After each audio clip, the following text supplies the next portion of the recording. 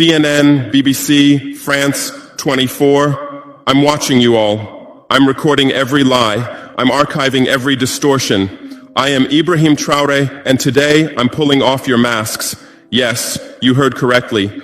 I, whom you call a young military junta leader, whom you brand as a dangerous radical, whom you serve up as an anti-Western dictator, am now telling you the truth. And this time you cannot turn off your microphones. This time you cannot turn away your cameras. This time your editors cannot cut this speech, because the world you monopolize no longer exists. Because millions will hear these words now, without passing through your filters, without being subjected to your distortions, without being muddied by your lies.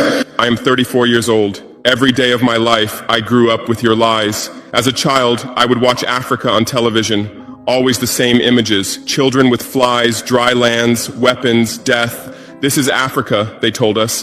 This is what Africa is. And we believed it. We were ashamed of ourselves. We were ashamed of our own lands, of our own people. But then I grew up. I read, I researched, I questioned, and I understood that the Africa you showed us wasn't real. The story you told us was a lie. The fate you imposed on us was a script you had written. For years, how have you portrayed Africa? How have you shown it? How have you sold it to your viewers? As if we were creatures who had no share of humanity, as if we were savages left outside of civilization, as if we were wretches waiting for you to save us. Every day, every hour, every minute, the same story plays on your screens. Hunger, war, disease, corruption, terror, chaos. These are the words that come to mind when Africa is mentioned.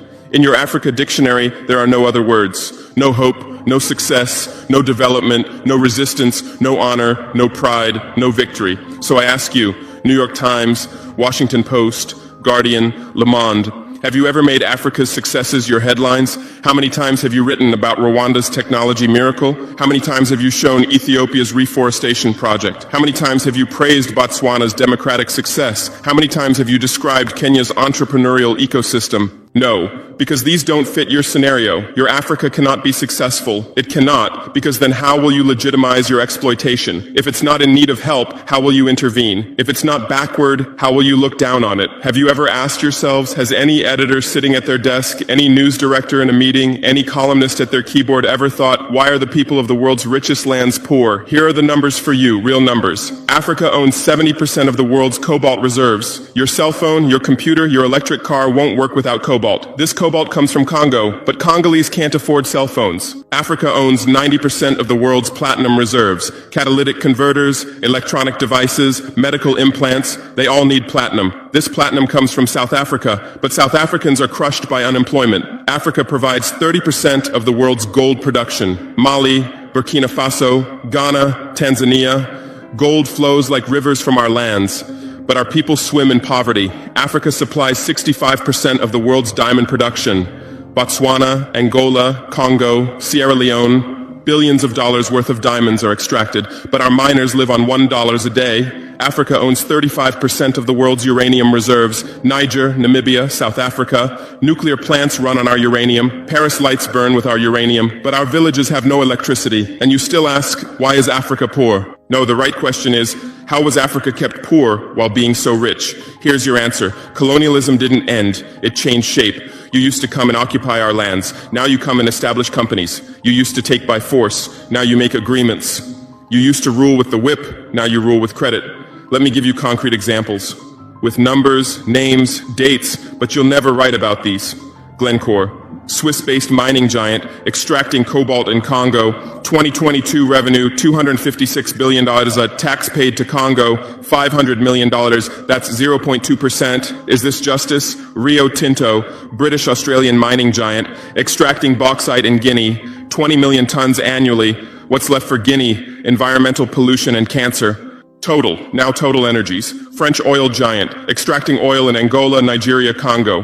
2022, profit, $36 billion investment in Africa, dirty pipelines, Anglo-American, founded in South Africa but now in London. Diamonds, platinum, iron, taking everything. What it left in South Africa, 6 million unemployed miners. And these are just the tip of the iceberg. What about the invisible, the secret deals, the offshore accounts, the transfer pricing tricks? Every year, $88 billion in illegal money flows out of Africa. Who writes about this? Every year, $45 billion in aid comes to Africa. Everyone writes about this, but no one says Africa is not the continent receiving aid, it's the continent giving aid. While you zoom your cameras on swollen bellies, there is a huge system working silently in the background. Every day, tons of gold, diamonds, cobalt, uranium, oil leave our land. But how? Here is the system. Step 1, create corruption, bribe our leaders, open offshore accounts, promise them a life of luxury, send their children to your schools. Step 2, make deals, get 50-year, 99-year concessions, ask for tax exemptions, be exempt from environmental rules, ignore labor rights. Step 3, control the infrastructure. Take over ports, airports, railways, but only from the mine to the harbor. Don't build roads to the villages. Don't bring electricity to schools. Step 4, provide security. Set up private security companies. Arm them. Declare protesting. Step 5, silence the media. Buy local journalists. Suppress opposing voices. Serve internal unrest news to international media. And this is how the system works. It's been working like this for 100 years, and you don't see this system. You don't want to see it, because you're part of the system too. Who are the biggest advertisers of New York Times, CNN, BBC, oil companies, mining companies, arms companies, pharmaceutical cartels, the companies that exploit Africa? You live on their money, you defend their interests, and what I'm about to tell you might cost me my life, but it's no longer time to be silent. France's system in Africa is the CFA franc. 14 African countries still use French colonial currency. 50% of these countries' central bank reserves sit in the French treasury. France applies negative interest to this money, so we pay France to use our own money. Through this system, France transfers $500 billion worth of resources from Africa every year. Does anyone write about this? No. But when France gives Africa 10 billion euros in aid, it makes headlines. Britain's system is more sophisticated. London is the world's money laundering center. City of London, offshore paradise. Every penny stolen from Africa passes through London. Jersey, Guernsey, Cayman Islands, Virgin Islands, all under British control. Africa's wealth hides there. America's system is AFRICOM, Africa Command, 46 military bases on the continent. Official purpose, security. Real purpose, resource control.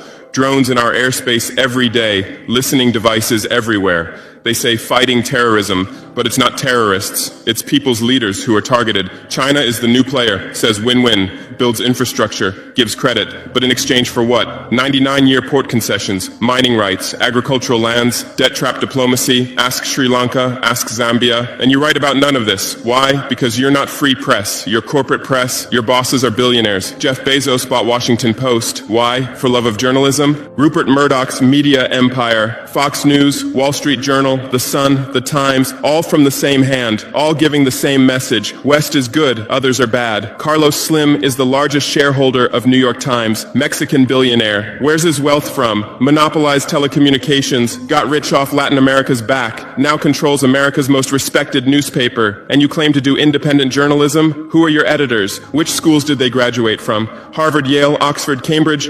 Always the same elite schools, always the same worldview, always the same prejudices. How are your reporters selected? How many languages does your Africa correspondent speak? French, English, that's all. Swahili, Hausa, Yoruba, Amharic, they don't know. They can't talk to the people. Your sources are always the same. Western diplomats, NGOs, experts, and then you come and lecture us. They killed Patrice Lumumba, January 12th, 1961. CIA agent Larry Devlin confessed. Belgian mercenaries executed. They dissolved his body in acid, took his teeth as souvenirs. In 2022, that tooth was returned from Belgium to his family after 61 years. And what did you say then? Chaos in Congo. You didn't ask about the killers. You didn't investigate CIA documents. You didn't write about Belgium's crime. They killed Thomas Sankara, October 15th, 1987. My hero, Africa's hope. Vaccinated 2.5 million children against measles and meningitis, planted 10 million trees, raised literacy rate from 13% to 73%, gave equal rights to women, banned FGM, ended corruption, sold Mercedes cars, used Renault 5, rejected IMF and World Bank. And most importantly, he said, we will not pay Africa's debts. We didn't make those debts. The puppets before us made them on behalf of colonizers. That's when he had to be killed, and they killed him. Who killed him? His best friend, Blaise Compaoré, with whose support? France. Want proof? Look at the Focart archives. Jacques Faucard, France's Africa Affairs advisor. Everything is written there. And what did you say? Military coup in Burkina Faso. You didn't write about Sankara's dreams. You didn't tell about his projects. You didn't show his successes. You just said, another dictator died, Muammar Gaddafi. Yes, he was a dictator. Yes, he was ruthless. But what had he done in Libya? Per capita income $12,000, Africa's highest, literacy rate from 25% to 87%, life expectancy from 51 to 74, free healthcare, free education, $50,000 for newlyweds, interest-free loans for home buyers, $5,000 for new births, gasoline 14 cents per liter, great man-made river, irrigation project to green the desert, and Gaddafi's real crime, dream of United States of Africa, African Central Bank project, African Investment Bank, African Monetary Fund, and most dangerous, gold dinar, refusing to sell oil for dollars. October 20th, 2011, lynched in Sirte, Hillary Clinton laughed. We came, we saw, he died. Now look at Libya. 3 different governments, endless civil war, ISIS, Al-Qaeda running wild slave markets exist. Even CNN showed in 2017, oil being looted, weapons depots emptied, spread across Sahel. Do you call this democracy? Do you call this freedom? Do you call this success? And whose turn is it now? The Sahel, Mali, Niger, Burkina Faso. You want to make us Libya too. You want to make us Syria. You want to make us Iraq. But not this time, because we've awakened, because we've learned, because we've united. Operation Barkhane, France's Sahel Adventure, 2013-2022. Official purpose, fighting terrorism. Real purpose, resource control, 5 to 100 French soldiers, €1 billion annual budget. What's the result? 2013, 500 terrorists in Mali. 2022, 5,000 plus terrorists in Sahel, tenfold increase. What kind of success is this? But what were French soldiers doing? Protecting Niger's uranium mines for Areva, Orano, securing oil pipelines for total controlling ports and railways for Bolloré, and fighting terrorism? No, the opposite. Terrorists couldn't come within 50 kilometers of French soldiers, but they could easily burn our villages. Why? Because chaos served their purposes. If there's chaos, they could stay for security reasons. MINUSMA, UN peacekeeping force, in Mali, 15,000 soldiers, 1.2 billion annual budget, 10 years, result, 300 plus. UN soldiers died, thousands of civilians died, terror didn't decrease, it increased. And now you say Wagner is dangerous. Russians are taking over Africa. Wagner came, 1,000 soldiers. What happened in 6 months? Terrorists fled, villages are safe, mines are working, people are at peace. What's the difference? Wagner is an ally we invited. France is an occupier who came by force. Wagner follows the agreement. France blackmails, Wagner brings results. France produces excuses, but you don't write the truth. You say Russian mercenaries. Well, what is French Légion étrangère? Aren't they mercenaries? What is American Blackwater Academy? What is British G4S? What is Israeli Black Cube? They are security companies. Wagner is a threat. Why? Because Wagner isn't yours. And the terrorism issue, who created this terror? Who founded Al-Qaeda? 1980s, Afghanistan, CIA, Pakistan ISI, Saudi money, against Soviets. Bin Laden was CIA's man. You called them freedom fighters. Who supported Taliban? Again, you.